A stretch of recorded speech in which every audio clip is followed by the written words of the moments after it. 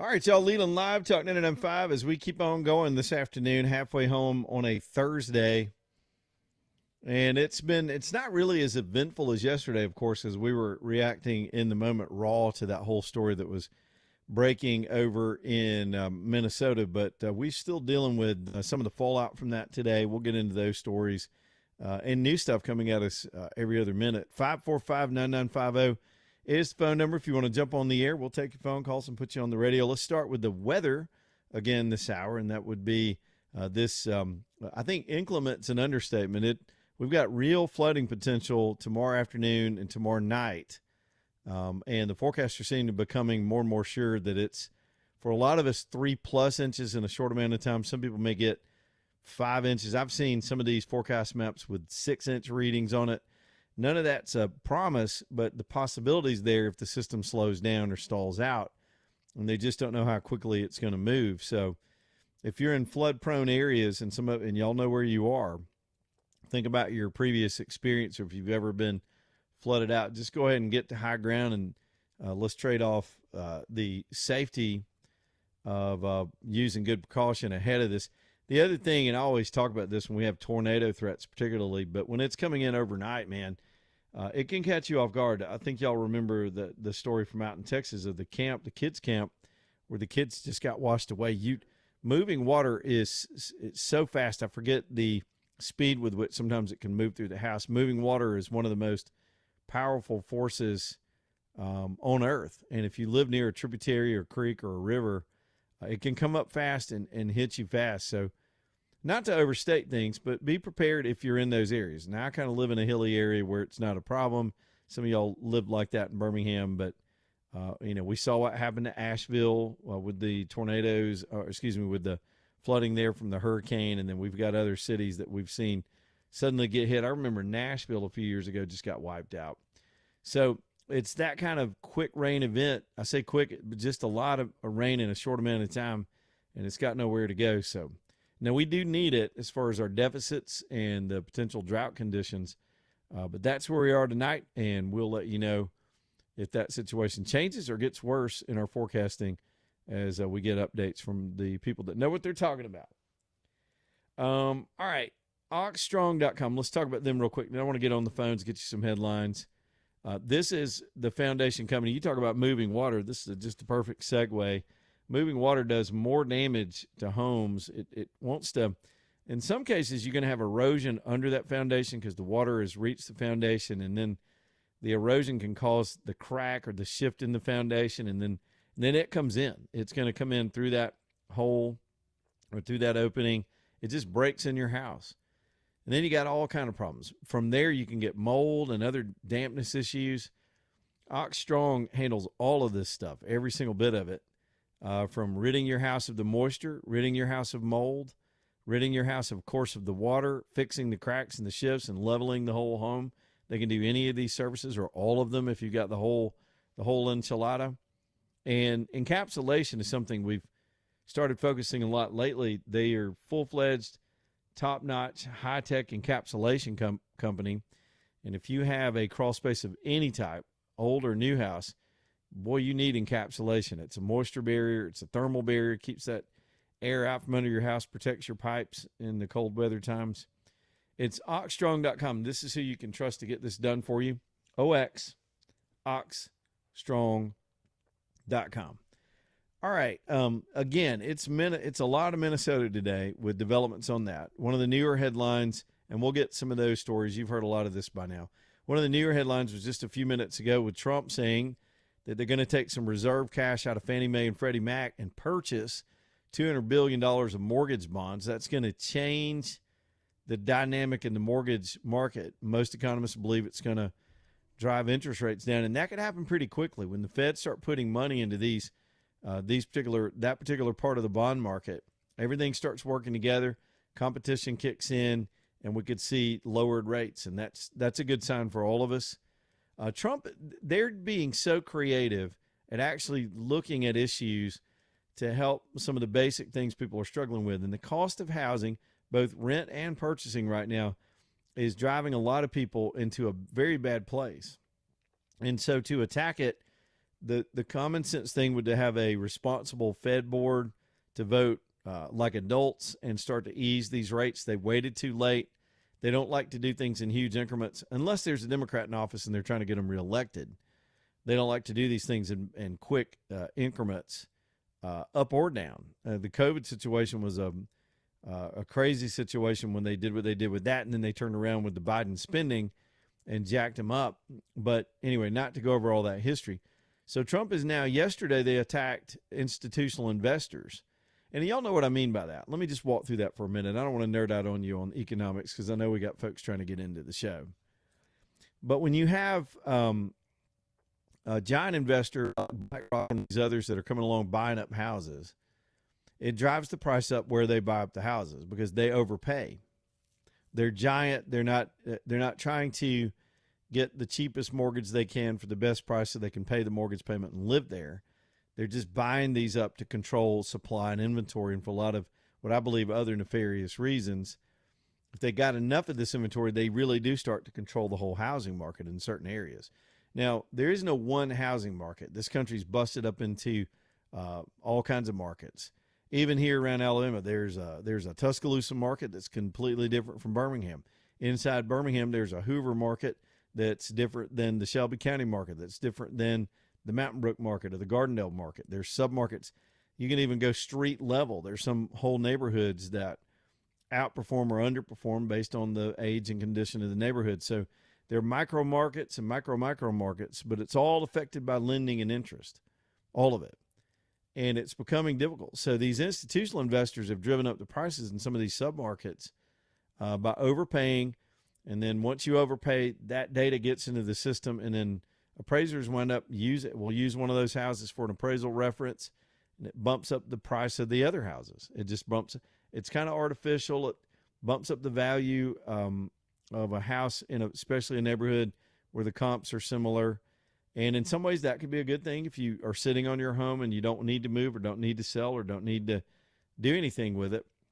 But for the first time buyers or people in transition because you've had a death or a divorce or life change and you got to sell and move, or a job promotion and you got to move, it really starts to price people out. So the Trump team said yesterday they're going to go after that and try to, I don't know how they're going to do it. I never did get a chance to study it as to if they're going to try to pass a law or through regulatory power stop these institutional investors from buying single family homes. That's the key to the whole thing.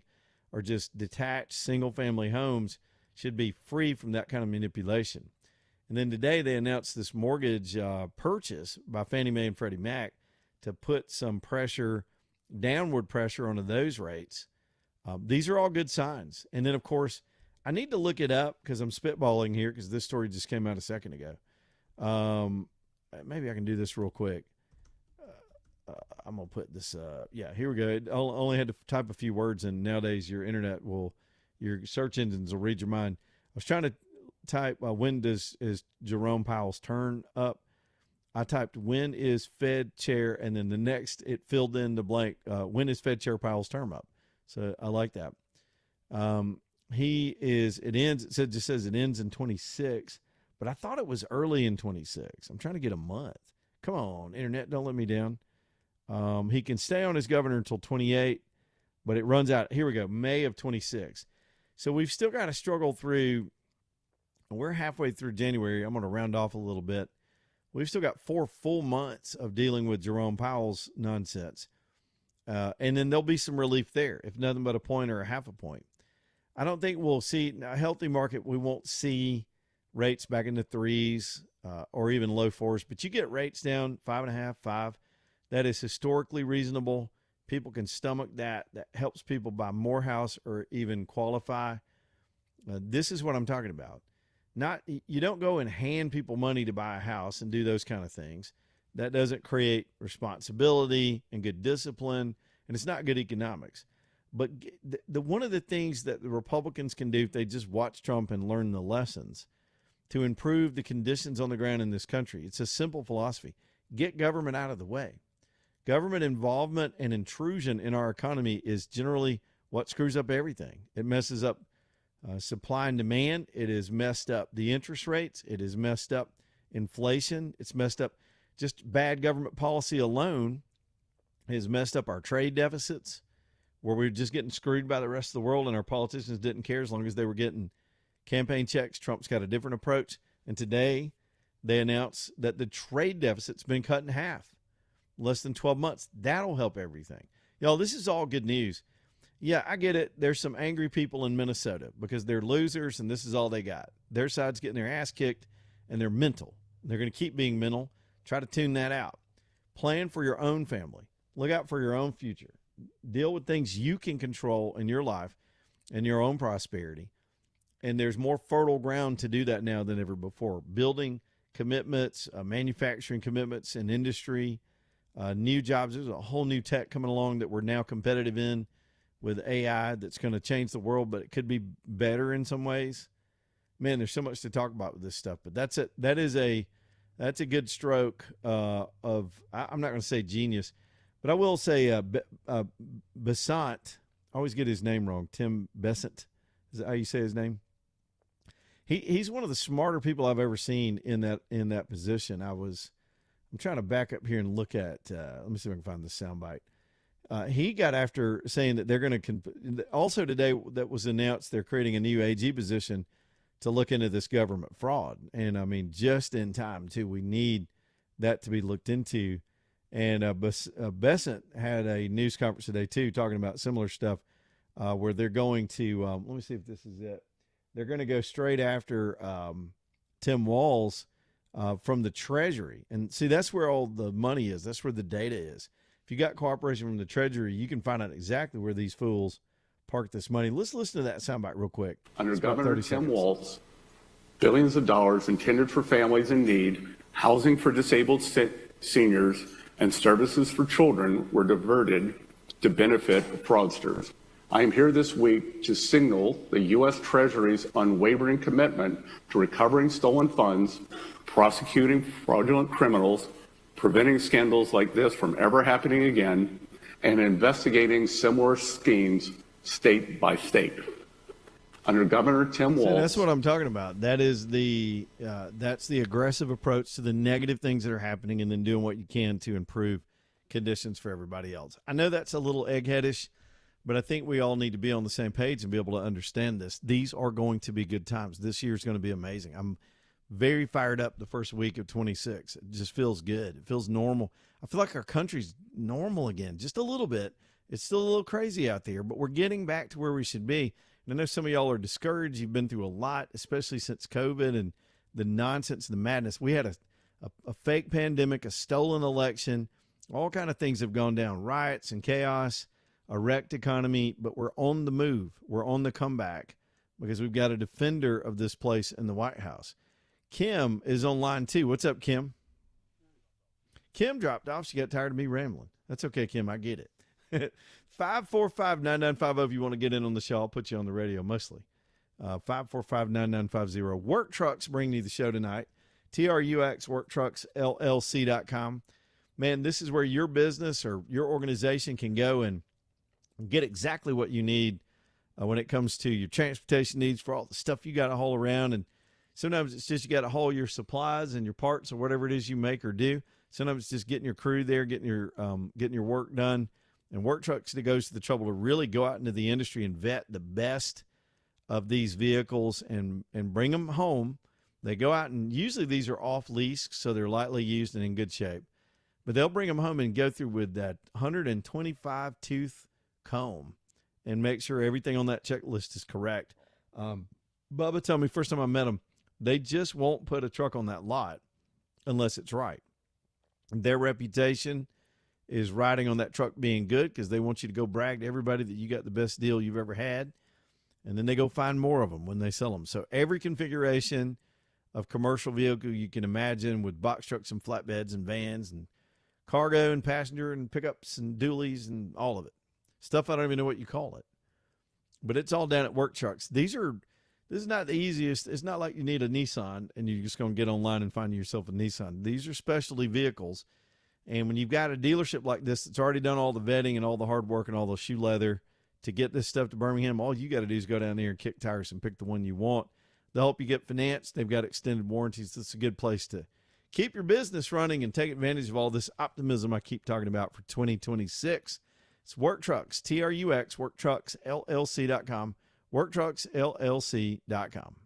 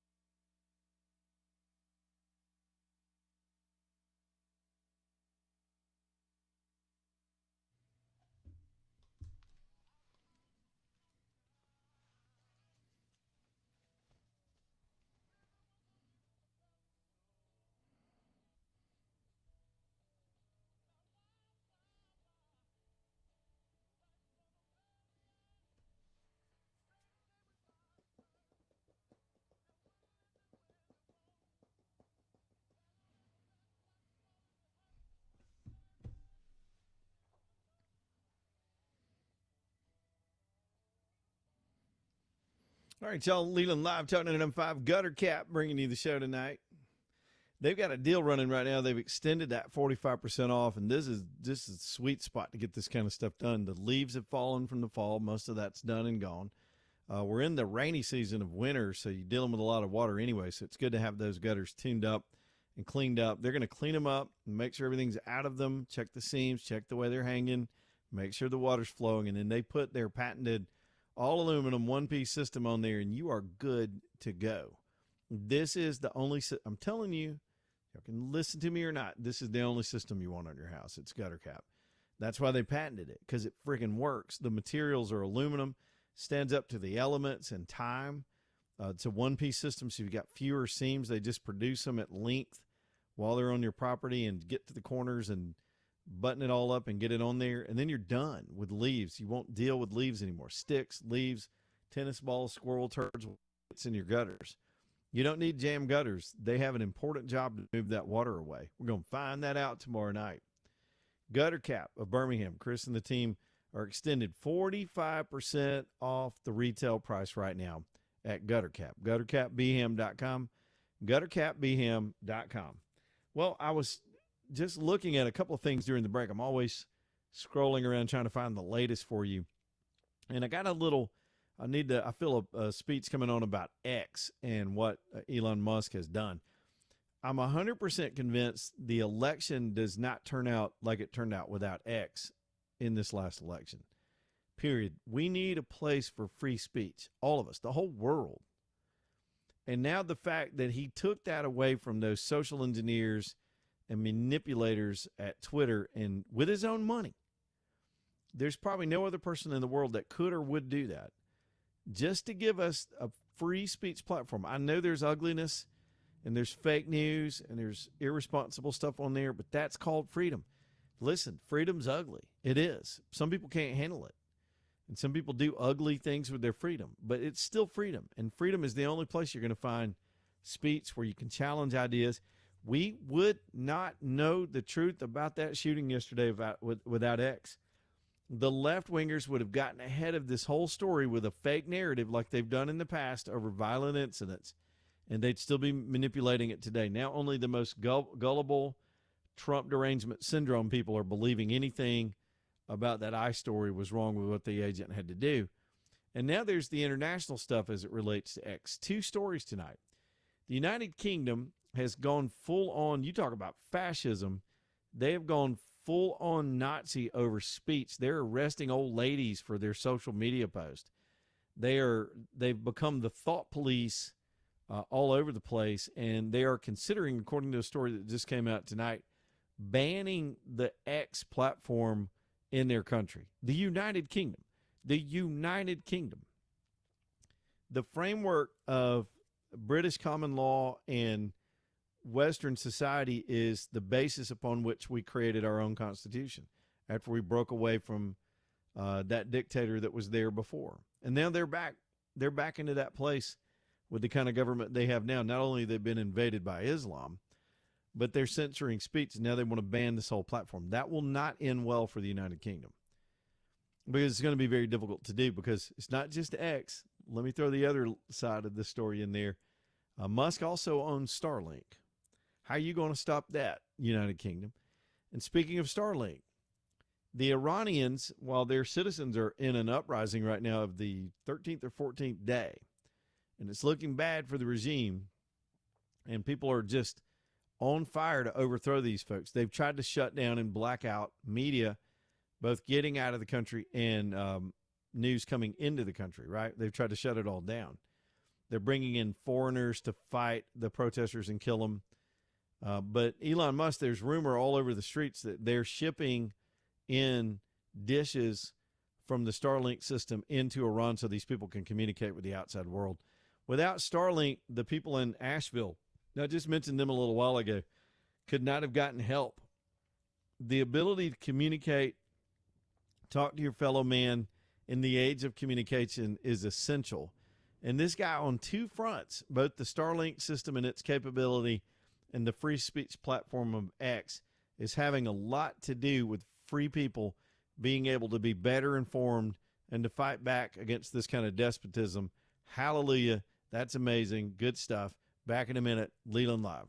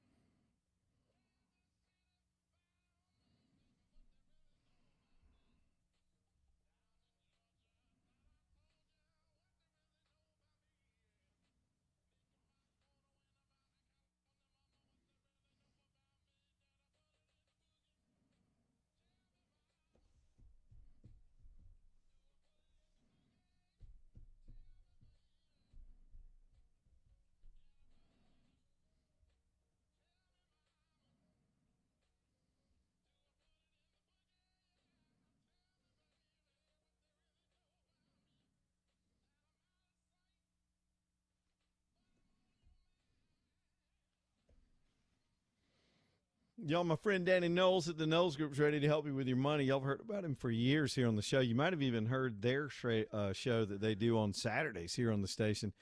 Danny he had so much fun just being on my show and being a sponsor of my show. He started his own show. And a lot of times he's got his sons on there, and those guys are just good young men, fine young men, smart guys. They know their stuff, and they've learned from the best. Their dad and I grew up together, and I'm telling you, he's always just been mostly a character, but definitely a straight shooter and just says what's on his mind. And as far as a financial planner, you need competence and you need straightforwardness. You really do. And Danny's both. He knows his stuff. He understands the markets and how to get your money right. But in the bigger thing than that, he's going to tell you what you need to hear, not what you want to hear. He's not trying to just put a sales pitch on you. He's going to tell you what track you need to be on so that money will be there for you when you want it to be there for you. It's the Knowles Group. Knowles, theknowlesgroup.com. I was taking a quick look at the markets today. Dow up 270, NASDAQ down 104. Kind of a mixed day on the markets today after some record-setting days. I look at the short term just for fun and daily news headlines and whatnot. But Danny's team, I mean, they just don't sweat it. I said it yesterday when we were talking about the Knowles Group. Sometimes I'll get all riled up, and he was on the show with me one time and some stuff was going down, and he wasn't worried about it. And I thought, come on, man. And then I understood it. They're long-term guys. They're average. They play the averages. Big up days, you can't get too excited. That's not the market's not going to stay that way. Big, crazy, nervous days, you can't get too crazy about that. You got to stay steady. And here's the thing, just a side note. If you've got a portfolio and you start freaking out, when your financial advisor is calm and can get you over that little hump, you reach out to Danny and he's managing your money. You're like, look, it's going to be fine. Stick with this. Let's do that. And then the next thing you know, the markets have turned around. That just happened this year right after Trump first came in when he started the tariff stuff. And the markets panicked and some people lost 40% of their money by freaking out. Danny didn't freak out. If you stayed in it, you actually made money when it recovered. And that's how you do it. You do it wisely. It's not a casino. You shouldn't be gambling with your money. Invest with your money. With the Knowles Group, Knowles, theknowlesgroup.com, theknowlesgroup.com. Speaking of all that, when Trump started the tariff war, you had just like every move that he makes, he hits Iran and we're in war with Iran. The whole Middle East is going to be on fire. None of that happened. There was just no response because it taught him a lesson. This Venezuela thing is going to free people in South America and in our hemisphere. And then with the tariff thing, remember all the histrionics? Remember the sky is falling? The stock market people, we came up with a whole new name for people called the panicans. Those are even Republicans that panic all the time, that run for the grass every time something happens, like a bunch of chickens, literal chickens. But none of the doom and gloom happened. The markets got better. The trade war worked. We renegotiated with the world. And now, today, we get this announcement that we've cut our trade deficit in half. And the reason we run a debt is of overspending in Congress. If we could ever get that under control, get the budget deficit under control with the trade imbalance that we have with the world, and we've already got inflation in check, everything starts getting so much fundamentally better. Even for folks that don't do economics and don't understand all this stuff, you just know what it costs you to fill up today, and you got to go to the grocery store tonight, and you dread it. That's the real world. That's where people learn. That's where people live. And what we're finding out is that stuff is on the way. It's not a promise. It's not a hope. It's a calculation from watching the fundamental stuff being done right now that's already, in my lifetime, I've seen it work at least twice. The closest we came to a recovery like this on these principles was probably during the 80s under Reagan, when interest rates were close to 20% and people were standing in gas lines and the world was being manipulated by OPEC. We had a weak president, and I was just coming of age and starting to try to understand all this stuff back then. But I remember the feeling when everything shifted. I remember how this country got its pride back. The military got stronger. The commies fell apart. Reagan's sunny optimism and his fundamental understanding. He didn't get as good a reputation as he should have from his fundamental understanding of economics. And this goes back to the 50s and his study of oppressive systems and taking away people's choice and hope. And if you remember, and I really think there's kind of a pedigree here, Trump was becoming sort of this billionaire playboy during the same period. The heyday of the 80s, the opulence of the 80s, I think that was formative to this almost 80-year-old president as well. He became a celebrity during that time period. He built this business until that point. Then he became, beyond just being a businessman in New York, he became a celebrity, a playboy, a cad, an investor, a showboat. And he kept that until he wound up with his own TV show based around that personality. What I'm going back to is Trump remembers those days too. This guy probably had some of the best economic wins of his life under better conditions. And then we all sat back and watched the world fall apart with idiotic politicians from both parties not knowing how to negotiate trade deals or deal more directly with the concerns of the American consumer and people in this country and business itself and manufacturing. We just sold ourselves out. In the 90s, the Republicans and Bill Clinton got together and sold us out on trade all over the place with NAFTA and CAFTA and all these Chinese trade deals until we were lectured to and sanctimoniously told repeatedly that we just didn't understand global trade. We were not free traders. We were isolationists. You dare say, wait a minute, why are the Chinese taking all our stuff and stealing our stuff and reproducing it and selling it back to us? Why is that again? Oh, well, free trade makes everybody prosperous. And then in little small towns all over Alabama, I watched factories close and small businesses go out of business when that happened because there's no paychecks to spend at the grocery stores and the hardware stores and the little small businesses. And then Walmart shows up. What do? They sucked up the rest of the retail selling us Chinese stuff. Walmart was the front for a lot of this, believe it or not. Yeah, we get some cheap things from Walmart, and it's a good port in a storm when you need stuff. But in the end, prosperity doesn't come from that. It doesn't come from all our money being in another country. And so it looks like we're back on that path. And so I guess it's because of my age and maybe it's pure nostalgia. But I feel like we're making this 80s style comeback that we felt it was the largest peacetime expansion in American history between the end of Carter and the end of Reagan. And it kept going until Bush tried to kill it with a tax hike, and then Clinton came along with his big spending ideas and just doubled down on it. And then subsequently we start getting into wars and getting people killed and doing other irresponsible things. But I'm telling you, it's my theme of the week. It's not because it's the new year. I'm sticking to my optimism for the new year just on a personal way. A lot of y'all are doing that right now.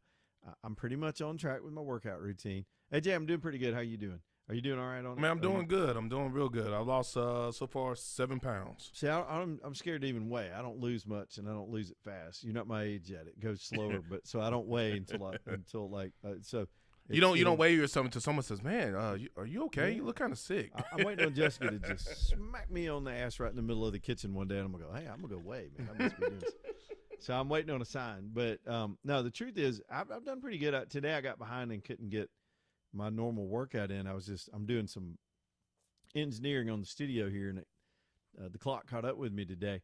But I'm feeling good about that. Some of y'all are feeling good about that and your food choices, and it's hard to stick with it. But in the country, if you separate all that, separate New Year's and all that feeling, just looking at the fundamentals, seeing us fight back, the sense of a normal conversation in this country going on, I don't feel like we're in a foreign place anymore. For years, starting in about late 2019 and 2020, I didn't know what had happened to us as a country, as a people. Seems like common sense was just gone. Everybody on my side was wimping out and being quiet and scared of being called names, and we were watching lunatics do crazy stuff. And all that seems to have it didn't disappear, but it's taken a back seat and things feel better. So you get that gut feeling, and then you start to see some of these economic things improve. And it's not a full comeback yet, but there have been 3 weeks now of good numbers that are all heading in the right direction, and I feel good. I'm James Brown over here. I feel good.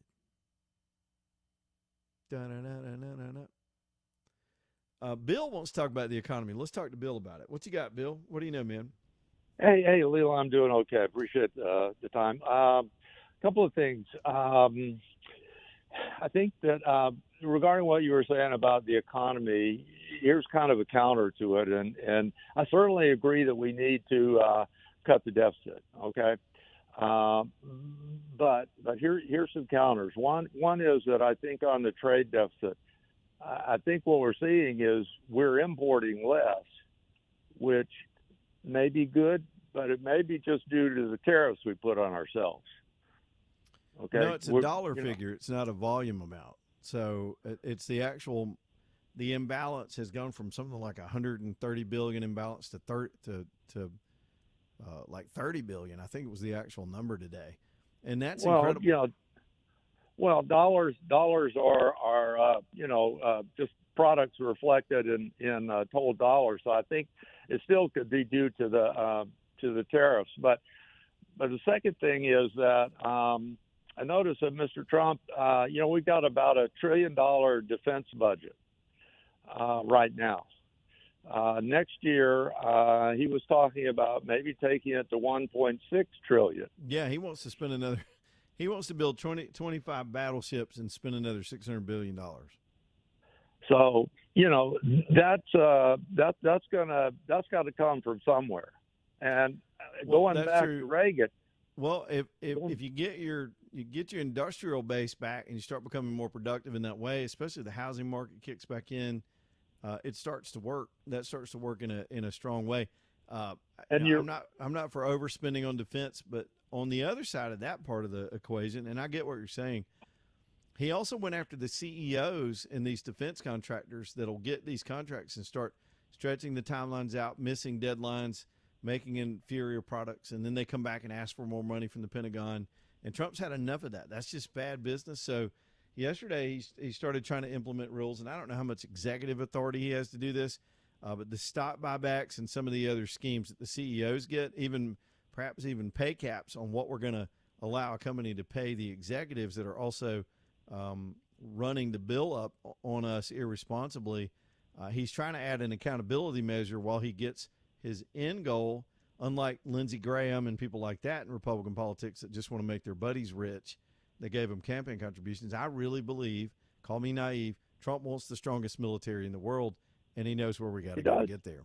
I think he does too. Yeah, I don't doubt that. He wants that. But just to build on that, to go back to Reagan for a second, you were talking about one of the reasons that we, if you will, broke up the Soviet Union as a result of Reagan, is that he did some tremendous defense spending. Just like you said, it made us very prosperous in the 80s, but it also put us about 8 to 10 trillion in debt. Okay? Yeah, there's no doubt. We did deficit spending under Reagan, and it's gotten expanded since, and it's out of control. And Trump, to speak to that argument, Bill, Trump's not doing a whole lot about the spending side of the equation. We're $37 trillion in debt right now at last check. Right. And Trump is not being a deficit hawk whatsoever. No, he's not. So that's why I say it's not all gravy right now.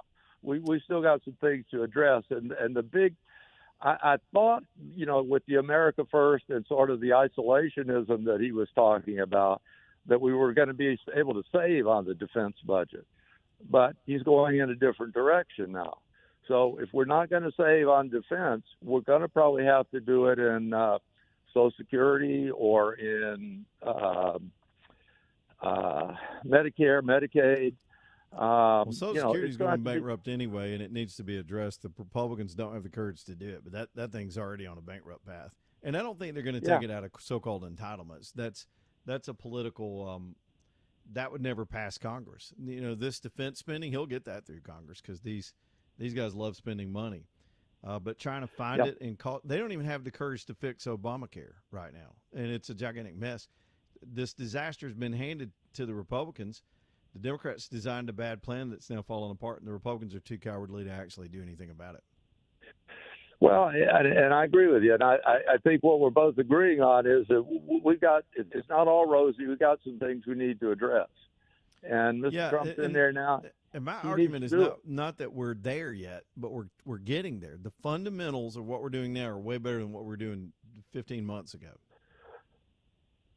That's probably true. 15 months ago, I'll give you that. But we got about 20 years of mistakes that we got to address. No doubt. It's a mess. It's bipartisan mess, too. Thanks, man. It's a bipartisan mess. Democrats like to blow money on, transgender frog experiments in Panama. I mean, they were sending our money to nonsense social justice BS. Republicans just want to give it to their buddies in the defense industry and the pharmaceutical industry and the insurance industry. Yeah, they pay people off. Jay's in Columbiana. Let's get another call in here. I got to get this break. What's up, Jake? Hey, buddy. No, you were talking about working out a while ago and New Year and stuff like that, so I'm going to break this thing up. Have you ever tried the Bell program? The what? The Bell. It's a weight, and it's shaped like it's like a cannonball that's got a little curve in it. Yeah, little kettlebells. You see 'em? I know what you're talking about. Yeah, Kettlebell. Yeah, kettlebells. Have you ever tried that program? I don't know. I don't know about a program. I've seen people doing it like at some of the gyms that are dedicated to that get your freak on kind of workout where they're sledgehammering tires Well, and flipping stuff. There's a doing program kettlebells. where you get you like a 12-pounder, a 30-pounder, and then a 45-pounder. And you want to, with that 45-pounder, when you do your squats, the next day your butt and your legs will hurt so bad that you can't stand it. You won't be able to walk. Look, I've got routines. Guys are weird like this. I have a funny story. Let's see. What time do we have? I think I can tell you this story real quick. All right, go ahead. I was in the gym. AJ, when's the last time I got in good shape? Probably 2019. I was in pretty good shape in 2019. I remember I was at the gym, and I was still doing the routine I could do in my 20s, right? And I was sitting in the dumbbell room on a bench, and there was this old guy, probably my age now, but he looked like he's probably in his late 60s, kind of a mountain rookie-looking guy. And he was over there doing Jack LaLanne, like, jumping jacks, right? He was doing jumping, like old school World War II jumping jack. The guy to my right was probably in his 20s, and he was over there flipping a tire and hitting it with a sledgehammer in the other room. And I thought to myself, generationally, we learn ways to work out, and guys are simple. We never change. So Jack LaLanne over here was doing probably the same thing he was doing 40 years ago, and my boy over here with the sledgehammer is probably going to be doing that in 30 years. And I was still doing the things we did, I guess, in the 80s when I got into lifting and all that stuff. But I cannot do it anymore, and I'm smart enough to know I could pop something loose. So I'm not putting 350 pounds on a bench anymore. I do lighten up. But I still, though, have these sets and routines that I like to do that are comfortable for me, that I know I can count as a workout. And I'm really not very open-minded to anybody else's new program. I haven't done spin classes. I'm not doing any of that stuff. I'm just old and crotchety, and I know what I like to do. And if I do things I don't like to do, I'm going to quit doing it. So I just do what I know I can do. Simple enough. Does that work? Does that work, Jay? I think, all right, Jay hung up. All right. I don't know how we got into that. Everybody's doing it. Everybody's got their own thing. And I know folks are using the shots and all that stuff. And I'll go ahead and tell you, sometimes we're talking about our friends over at Mandu. I know friends, and I know a lot of people doing the weight loss shots, which, by the way, will be available in a pill. And I'm not doing it right now for a lot of reasons. I talked to my doctor, and she didn't advise it. Some people are in conditions where it works. But I'm telling y'all, some of y'all are looking like you just got out of prison, man. You just got out of some Venezuelan concentration camp because you've lost too fast and you're losing bone density and muscle mass. You have to keep working out. And you have to develop real food habits. The drug is making decisions for you, and if you come off of it, you're going to explode again. That's what people are finding out. Should I even bring this up, AJ? It sounds like an Andrew McLean story. They've got something called Ozempic face, where your face kind of gets drawn. I saw something last weekend.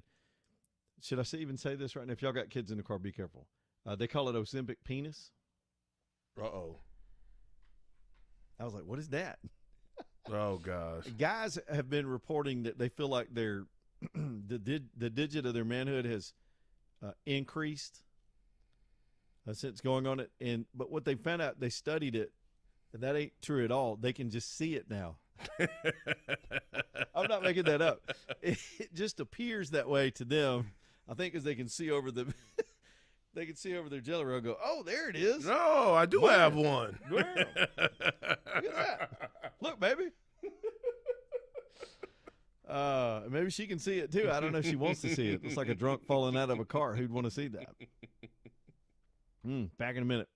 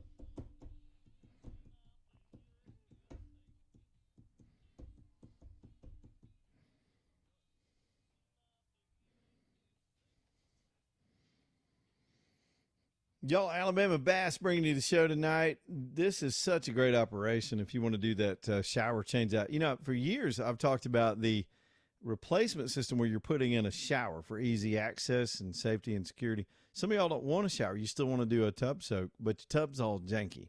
And they send me before and after sometimes, and John sent me a picture and told me a story over the weekend of one of their customers who had family over for the holidays, but the I think it was his daughter didn't want to let the grandkids bathe in his nasty tub because it was moldy and just old. And when they pulled that thing out, you wouldn't believe the rot and all the stuff underneath it and behind it. But they were able to dress that up and change out a tub for a tub, which is what some of you want. You don't really want a shower in that space, or maybe you just want the combo deal. They'll do that for you too. They're the bath experts. They can blow out the whole bathroom if you want them to. But the replacement systems are really cool, and I love the stand-up shower features. You can go see one of the build-outs that they have at their location over in Pelham. They love showing off. Or those guys will come to you, Dewey or Mike or John or one of them. They'll all come to you. Jill's going to answer the phone. That's Mike's daughter. This is another second-generation business with 4 decades of experience on the show. They'll do it right. They'll take care of you. No pressure, no sales tactics, just a nice, honest bid and good, honest work. And it's a 2-day deal, and they're in and out of your house in 2 days, and everybody's happy. It's alabamabass.com, alabamabass.com. Let's do the top of the hour news, and we'll come back and reset everything. Leland Live, Talk 99.5.